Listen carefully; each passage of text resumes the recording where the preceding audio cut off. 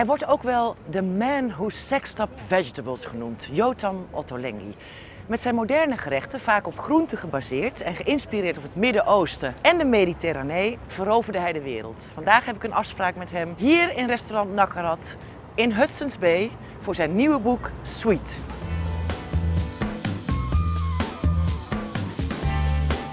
Welcome in Amsterdam. You know this city, right? Yeah, I used to live here a long time ago. I lived here for 2 years.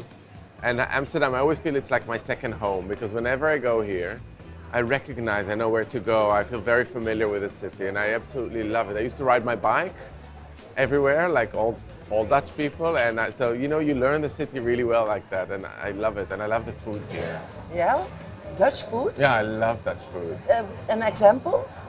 My favorite example is the croquette. A croquette? Yeah. Oh yeah, that's junk food. Yeah, well no, because it could be really good.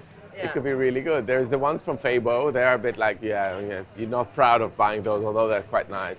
But then there's like really, really good ones. And I can make them myself sometimes. Yeah? What's your relationship to Nacarat, the restaurant? This restaurant is opened quite recently, but the head chef here, Angelo, who's somewhere around, was the head chef in my restaurant in London, Nopi, for more than 2 years. So we worked closely together, and then not recently he said he's moving to Amsterdam, and he got into contact with Ron, and he became the head chef here. And he's a very clever, good chef.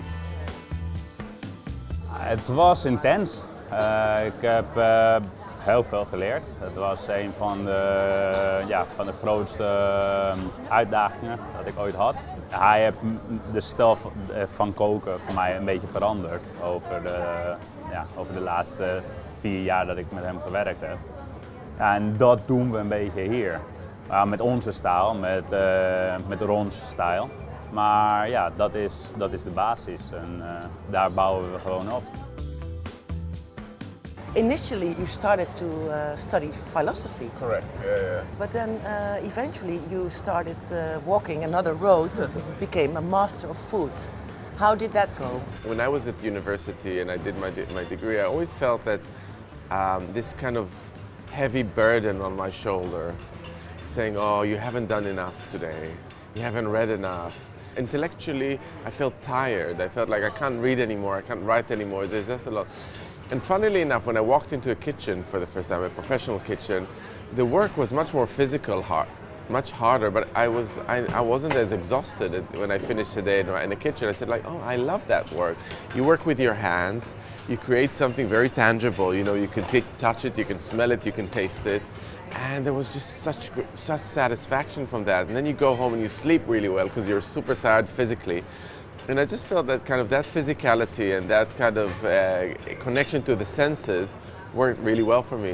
What inspires you to create certain recipes? Well, you know, the inspiration comes from everywhere. Sometimes it's just a little flavor combination.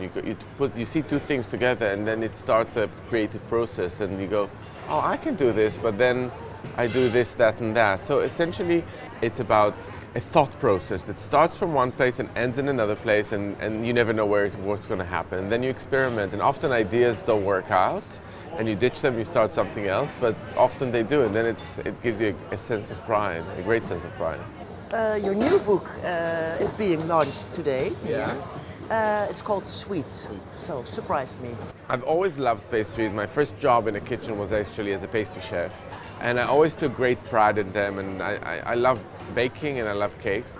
But I always knew that Helen is my co-author, yes, are going to do a book about cakes because we've been talking about cakes for more than 10 years now and cooking and baking. So it's become I knew it was going to come and I'm very proud of this book.